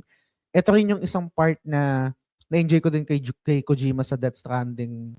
I think doon ko lang na-discover yung Churches eh. Hindi naman doon ako familiar dun sa Churches dahil lang sa kanya, dahil yung sa Death Stranding 1, yun yung OST, and then yung Low Roar din sa Death Stranding. So good shit yung song selection din. So yun. Last is overall thoughts mo sa game, and siguro ano yung nilook forward mo kung magkakaroon man ng Alan Wake 3? Do you think siguro mas familiar ka, mas knowledgeable ka sa industry? Meron kasi akong mga nababasa before na hindi daw masyadong kumita yung Alan Wake. I'm not sure kung dahil sa digital only lang siya tapos late lang nagkaroon ng physical yata. Tama ba? May mga ganong discussion before eh. So, hindi ko alam kung ano yung estado ng Remedy ngayon in terms of budget. Independent sila, right? Tama ba? Private. And hindi sila private studio, public studio sila. Pero, walang no one owns them, kumbaga. Sila lang. Tapos self-publishing din sila na tama ba? Or from now on. From now on. Ever since Alan Wake 2 ata. Anong overall thoughts mo or last thoughts mo sa Alan Wake 2? And siguro ayun nga, kung may look forward naman sa Alan Wake 2? Teka, bato ko lang. Nalaro mo ba yung DLC? Ay, hindi ko nalaro yung DLC. Sayang. Ganda eh. Maganda. Ilan ba to? Dalawa, yung Night Springs pati yung Lake House DLC. Yung Lake House, nagbibigay siya ng... kasi ako eh. Maminusan ako sa... pero sige, bigyan mo na lang ako ng context. Ano yung sige, bago yung overall thoughts. Ano yung naidagdag nung DLC doon sa game na Alan Wake 2? Yung Lake House, parang mas kinoconnect niya yung control sa Alan Wake 2. Parang siya yung background nung anong nangyari sa FBC agent si Ramirez. Anong nangyari sa kanya nung in-investigate niya yung FBC base dun sa Cauldron Lake. Kasi diba, if mapapansin mo, kung in-approach mo yung Cauldron Lake, di mo siya ma-enter. Walang sumasagot sa PA nila. So parang added context lang yung kung anong nangyari doon. And super control themed talaga. And parang tease siya for Control 2 eh. So, yun lang. Sinong character ang kinokontrol mo nun? Si Ramirez, yung FBC si Ramirez. agent. Okay. So, kung gusto mo parang mag-prepare for Control 2, yun, laruin mo yun. Nice. Tapos, yung Night Springs naman, di ba may parang Twilight Zone na TV show? Yung Alan Wake yung Night Springs. Ito, parang mga self-contained, I don't know, ang ikli ng mga, 3 episode ng Night Springs, pero parang, I don't know, 1 hour lang, 1 hour each lang silang lahat. Parang silang mga mini concept, iba-ibang story within Night Springs. Or, parang yung mga characters ng Alan Wake, parang may sarili silang little story doon sa Night Springs. I recommend ko sila. Nice. Next year siguro. May ano na ba? May release date na ba yung Control 2? Wala pa. Although feeling ko, or I'm hoping na may makita tayo sa Game Awards this year. Nice. So, yun. Last thoughts, Gio. Overall thoughts and anong nilook forward mo sa Alan Wake 3 kung sakali man? Yung Alan Wake 2, siya, parang I just admire it kasi parang hindi madalas na ganitong ka-budget na game. Na ganitong ka-level ng budget is very experimental. Hindi siya crowd pleaser. Kumbaga, kailangan, hindi siya for everyone din. Or, I mean, I feeling ko anyone can enjoy it naman. Pero, hindi siya God of War, hindi siya, yung Spider-Man. Spider-Man. Pero ganong level yung AAA talaga yung budget. And yeah, it's rare lang. Kaya tinetreasure ko yung mga ganitong games. And ayun. Sana Alan Wake 3 won't take 13 years to Tagal na. make. Tagal Sana hindi pa ako senior citizen pag lumabas to. And I don't know. Gusto ko lang magulat. Gusto ko lang maging surprised ulit. Because Alan Wake 2 parang wala akong expectations and I don't know. I kept being impressed, surprised, scared. Gusto ko magkaroon ng ganong feeling ulit sa Alan Wake 3. Nice. Ako naman, parang after, kasi ang una kong nalaro is, hindi ko nalaro, I think, Max Payne, tapos, I think Control yung masasabi ko na na parang talagang experience ko na Remedy na game. Tapos, after ng Control, nag-Alan Wake ako, pero late na, yun yung na remaster na. And then, eto na, yung Alan Wake 2. Siguro after playing Alan Wake 2, kung ano mang ilalabas na, let's say nga yung Control na nasabi mo, siguro magda-day 1 na rin talaga ako. Parang, naging fan na rin talaga ako nung Remedy and then nung IP. And looking forward sa mga gagawin nila. Natutuwa ako na magkaibang game pero connected sila, nasa isang universe. Hindi siya malaking Kingdom Hearts. Joke lang.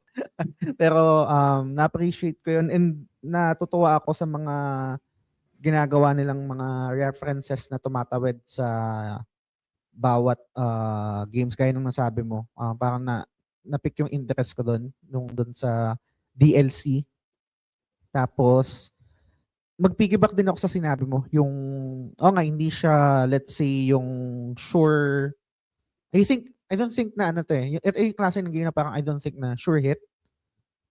Sure hit sa mas maraming audience. I think sa TGS community, dalawa yung taong nare-recall ko na sinubukang laruin to pero hindi nila natuloy. I think si Dre yata, tsaka si Ray. I'm not sure kung bakit. Siguro, ewan ko, I don't wanna put words into their mouth. Pero hindi nila natuloy yung game. Pero for me, siguro as a consumer and as a content creator rin na dumadaldal about video games, importante na maka-experience ako ng gantong game. Mas lumawak din yung knowledge ko about it, experience ko about it. Kahit yung kunwari yung mga games sa Hyperdimension Neptunia, kahit medyo hindi ko siya wheelhouse, na-enjoy ko rin naman siya. I don't think na, may hindi ko sa JRPG, pero yung ganong klase, parang dagdag siya sa resume and yung experience niya. Kasi, okay din naman merong hindi ko sinasabi na same yung same level yung yung sa Hyperdimension at sa Alan Wake, totally different. Pero I think kailangan paminsan-minsan natin na mag-consume ng ganitong klaseng content. Nakakatuwa rin and highly recommended din yung game mismo. I think nung Game Awards 2020, nanalo doon is Baldur's Gate 3, right? Yun yung Game of the Year. Kung sa mga nakikinig sa atin, kung meron man kayong pake sa mga ganong klaseng award, nanalo yung nanalo yung Control ng Best Director, tsaka Best Art Direction, tsaka Best Narrative. Yung Alan Wake 2. Sabi nga ni Silves, Dark Horse nga daw to. And kung babalik man yung time na yun, I think ito yung magiging, nalaro ko to that time, ito yung magiging Game of the Year ko. Ang Game of the Year ko kasi noon, 2023, Tears of the Kingdom ba yung lalabas? Tama Tears of the Tears of the Kingdom. Yung Tears of the Kingdom yung mas Game of the Year. Hindi ko pa kasi nalalaro yung Baldur's Gate 3 eh. Pero kung sakaling nalaro ko nga itong Alan Wake 2 that year, ito siguro yung magiging Game of the Year ko. Super na-enjoy ko yung experience playing it. Pa-platinum ko pa siya. Sana ma-platinum ko. Tapos, sa Alan Wake 3 naman, syempre, looking forward rin dun sa mangyayari and kung ano pa yung mga... Sana hindi kapusin si Sam Lake sa idea. I don't think na kahit na-enjoy ko yung mind plays, na-enjoy ko yung quote-unquote 3D menu na sinasabi nila. Sana meron siyang bagong atake. May maisip siya na may mag-come up siya ng bagong idea to make it at least parang new experience sa Alan Wake 3. Okay na sa akin na siguro i-retain nila yung perspective na over the shoulder, ganyan, and pero looking forward dun sa mga ideas na pwede niyang inject sa bagong game.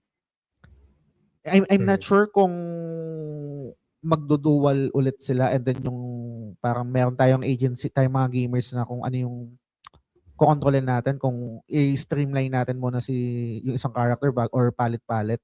I'm not sure kung sa Alan Wake 3 ganun pa rin yung mangyayari, kung mag-work pa rin yun. I'm not sure. Pero sana magkaroon siya ng bagong approach rin, new ideas na pwedeng ilagay sa game. And siguro sa mga listeners rin natin, kung na-enjoy nyo yung Alan Wake 2, vote with your wallet kung mag-day 1 din kayo sa Control 2. Sakali para kumita sila, magkapera sila to create. Pangit daw nung FBC Firebreak, yung parang free-to-play nilang. May sila extraction shooter ba yun? Ay, hindi ko alam yun. Meron palang ganun. Si diba di mo alam yun? Hindi ko alam yun. Kasi lang lumabas yun eh. Pero walang naglaro. So ayun, flop. Super flop. Sayang. Pero yun, and katulad ng mga Patreons natin, nagvo-vote sila sa wallet nila. Salamat sa mga supporters, sa mga executive producers sila, Sans, Lance, Mark de Vinagracia, Yvette Solivillan, the RR channel, si RD Casimiro, si Admiral, tsaka si Kuya G. Maraming salamat sa inyo guys. Gio, anything to promote? Shout out. Go ahead. Ayun na, RPG fan. I'm a writer on that website and yeah, it's the place to be for mga RPG coverage, JRPG, from Baldur's Gate to Hyperdimension na pina-cover namin. Kinover niyo rin ba yung Hyperdimension? Ano ka nga, basahin ko nga kung meron kayong, may article ba kayo doon? Madami. Link ko sa'yo, mga reviews, mga ganun. Madami. Sige. Ngayon na nalaro ko na siya. Tignan ko nga yung thoughts ng doon. So, weird shit na yan. But, yeah. Gia, salamat sa time mo.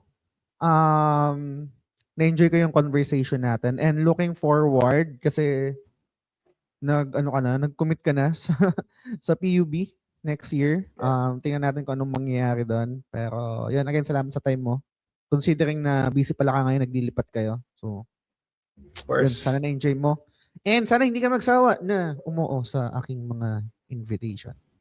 And thank you rin sa ating mga listeners, sa mga nanood. Na-appreciate ko yung pagtatag nyo sa akin pag may message nyo na nasa top 5 yung TGS sa mga podcast na pinapakinggan nyo. Nasa top 1, top 2, top 3. Anong top pa yan? Thank you. Sa Spotify rap and pati sa YouTube. So, thank you. Gio, susunod ulit. Tapos yung episode. Bye. Bye.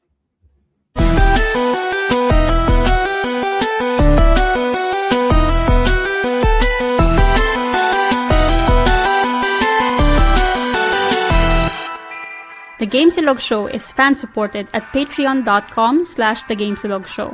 The following names are our current supporters and we are eternally grateful for your kindness, support, and generosity. Sans, Lance, Mark de Vinagracia, Yvette Solivillan ng The Ara Ara Channel, Kuya G, RD Casimiro, Big Chungus, Jacob Francisco, Animo R1 US, Mark Christian de la Cruz, Mark Gerald Dizon, Benson Santa Ana, Dora Malyari, Janine C, Hachiroku 20, Silks, Mar Valencia, Bay Ian ng Master RCB, Macy Tang Balyares ng Casual Gamer vs. The World, kay Kiko, Shalene Rivera, Edgy Weeb, Mark Paha, Ray Anthony Rivera, Ben, Dre, John Velasquez, Ronette Macalino, Teacher Isa, Christine Manuel, Albert John Gonzalez, Cornflake, Cliff, Naiko Neri, Lynn Matthew Abyong, TJ Balyares ng Backlog na naman Budolcast, Francis Lance Calapon, Batuts, Storm, and lastly, BNJ Magalon. Maraming salamat sa inyong suporta. The Game Silog Show.